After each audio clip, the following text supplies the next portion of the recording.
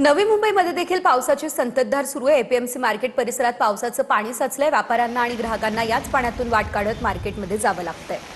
मोठ्या प्रमाणात नवी मुंबईच्या एपीएमसी मार्केटच्या परिसरामध्ये पाणी साचलेलं आहे।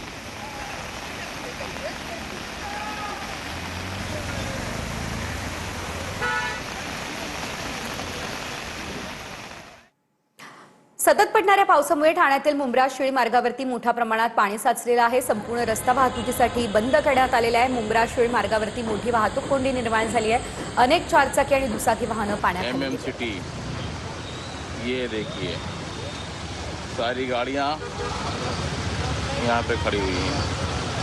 तो ये गाड़ी बंद हो गई।